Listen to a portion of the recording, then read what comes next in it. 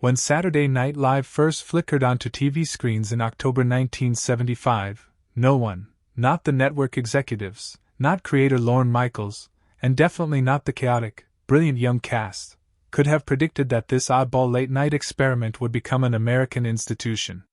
Yet from the very beginning, Season 1 of SNL was a mixture of groundbreaking comedy, dangerous ideas, backstage crises, and revolutionary TV moments that reshaped what live entertainment could be.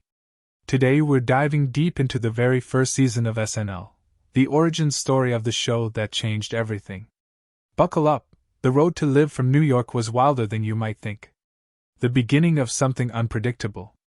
NBC handed the reins of the new project to Dick Ebersol, a young executive with roots in sports programming who had recently moved into late-night development. Ebersol then sought someone with fresh comedic instincts, someone who wasn't trapped in the old formulas of sketch comedy.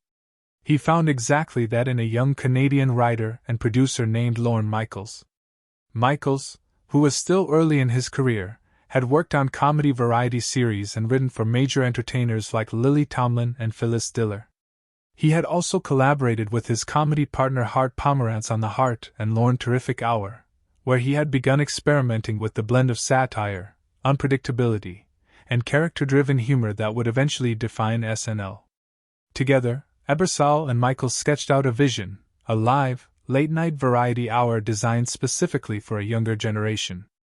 It would have a different celebrity host every week, musical guests, and, most importantly, an ensemble cast of unknown talent. They didn't want seasoned professionals who would play things safe. They wanted raw, fearless performers from the rising American comedy underground. The original cast, the not ready for primetime players. The 9 original cast members would later be known as the Not Ready for Primetime Players, a name coined by veteran writer Herb Sargent.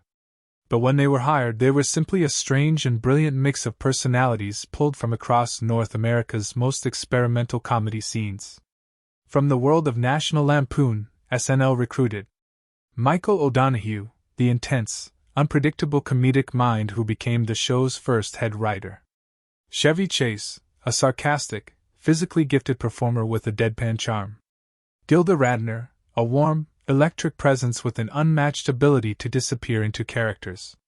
John Belushi, who brought explosive energy from both his Lampoon days and his work in improvisational theater. They were joined by Dan Aykroyd, a genius impressionist and improviser from Second City. Jane Curtin, a reliable actress with sharp timing. Lorraine Newman, a founding member of the Groundlings known for her quirky, precise comedic style. Garrett Morris, a stage-trained performer with strong instincts and impeccable delivery. George Carlin, a veteran character actor who added maturity and professionalism to the group. Behind them stood a writing team filled with future legends, and Beats, Al Franken, Tom Davis, Marilyn Suzanne Miller, Herb Sargent, Rosie Schuster, Alan Zweibel, and Tom Schiller. Many of them were young, unproven talents, exactly the crowd Michaels wanted. What they all shared was a vision for comedy that didn't feel rehearsed or safe. They wanted viewers to feel the raw energy of something live, something risky, and something unlike anything else on television.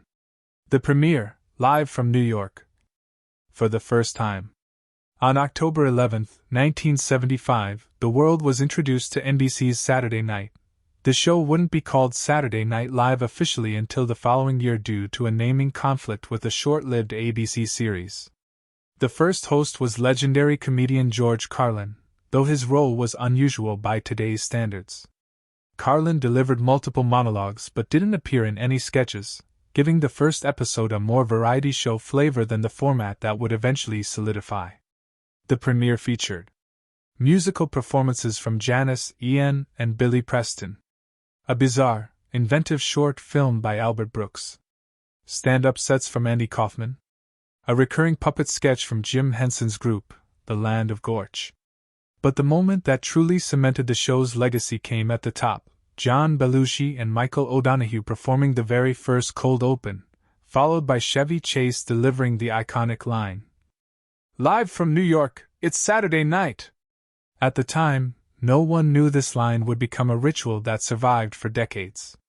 The episode also introduced the cast dressed as giant bees, a sketch NBC supposedly hated so much they asked Lorne Michaels never to use it again.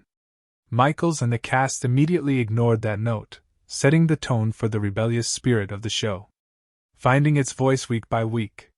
Season 1 played like a creative laboratory, an unpredictable mixture of music, experimental film, sketches, monologues, and moments that seemed to teeter on the edge of chaos. The second episode, hosted by Paul Simon, was almost entirely musical. It barely resembled the SNL we know today, featuring Simon in multiple performances and barely any sketches. In fact, the rest of the cast famously appeared only once, and in bee costumes. By the third episode, hosted by Radner, things began to click. Belushi delivered his iconic Joe Cocker impression, a performance so convincing and chaotic that Cocker himself would eventually appear on the show to duet with him. Then came Candice Bergen's episode, the first hosted by a woman. This episode marked several major milestones. Chevy Chase debuted his Gerald Ford impression, which quickly shaped public perception of the president. Weekend Update began to solidify with Chevy's now famous opening line.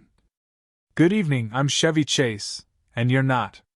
The show began finding the perfect balance between sketches and music. As the season progressed, the hosts became bolder and the sketches sharper. Robert Klein's episode gave Gilda Radner her beloved Emily Littella character. Lily Tomlin hosted back-to-back episodes, bringing her own seasoned comedic instincts to the young cast. And then came one of the most groundbreaking nights in SNL history, the Richard Pryor episode.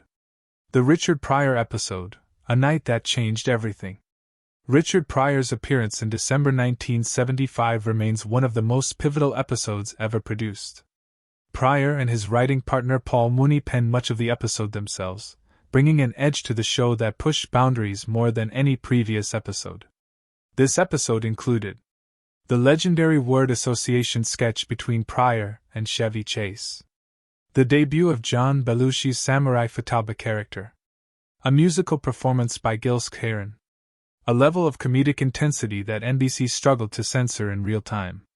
Many point to this episode as the moment SNL truly became fearless. The first SNL Christmas show and more milestones. Candice Bergen returned a few weeks later, becoming the show's first repeat host. This holiday episode helped lay the foundation for the famous SNL Christmas traditions that continue to this day.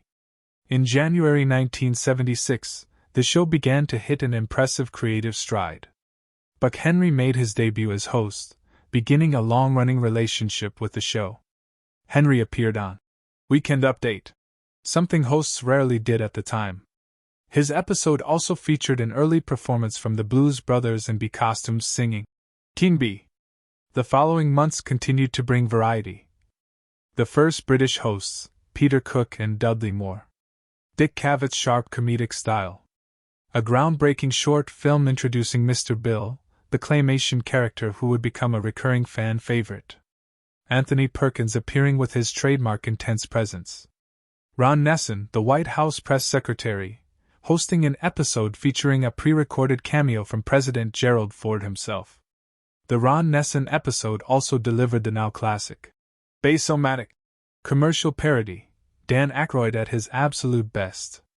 The final stretch of an unforgettable season.